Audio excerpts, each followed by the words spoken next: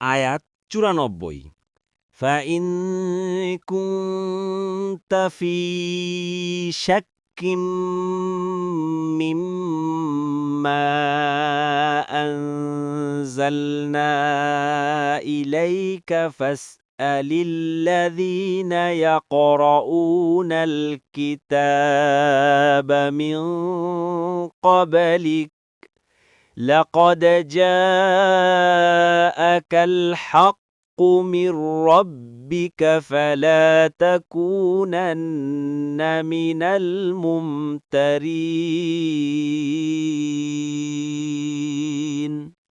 অনুবাদ।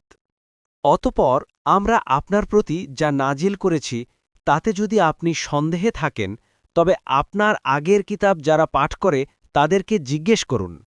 অবশ্যই আপনার রবের কাছ থেকে আপনার কাছে সত্য এসেছে, কাজেই আপনি কখনো সন্দেহপ্রবণদের অন্তর্ভুক্ত হবেন না। তাফসীর ১ নং ফুটনোটের বিবরণ। বাহ্যত এ সম্বোধনটা করা হয়েছে নবী সাল্লাল্লাহু আলাইহি ওয়াসাল্লামকে, কিন্তু রাসূলুল্লাহ সাল্লাল্লাহু আলাইহি ওয়াসাল্লাম কখনো সন্দেহে ছিলেন না। কাতাদা বলেন, রাসূলুল্লাহ সাল্লাল্লাহু আলাইহি ওয়াসাল্লাম বলেছিলেন যে আমি সন্দেহ করি না এবং প্রশ্নও করি না। ইবনে কাসির মুরসাল উত্তম সনদে। আসলে যারা তার দাওয়াতের ব্যাপারে সন্দেহ পোষণ করছিল তাদের শোনানোই মূল উদ্দেশ্য।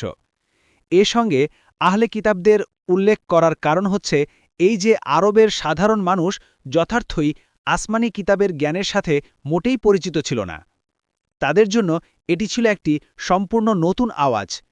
কিন্তু আহলে কিতাবের আলেমদের মধ্যে যারা ন্যায়নিষ্ঠ মননশীলতার অধিকারী ছিলেন তারা একথার সাক্ষ্য দিতে পারতেন যে কোরআন যে জিনিসটির দাওয়াত দিয়ে যাচ্ছে পূর্ববর্তী যুগের সকল নবী তারই দাওয়াত দিয়ে এসেছেন।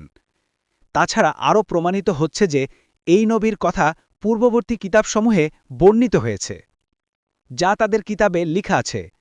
ইবনে কাসির যেমন আল্লাহ বলেন, যারা অনুসরণ করে রাসূলের উম্মি নবীর যার উল্লেখ তারা তাদের কাছে তাওরাত ও ইঞ্জিলে লিপিবদ্ধ পায়।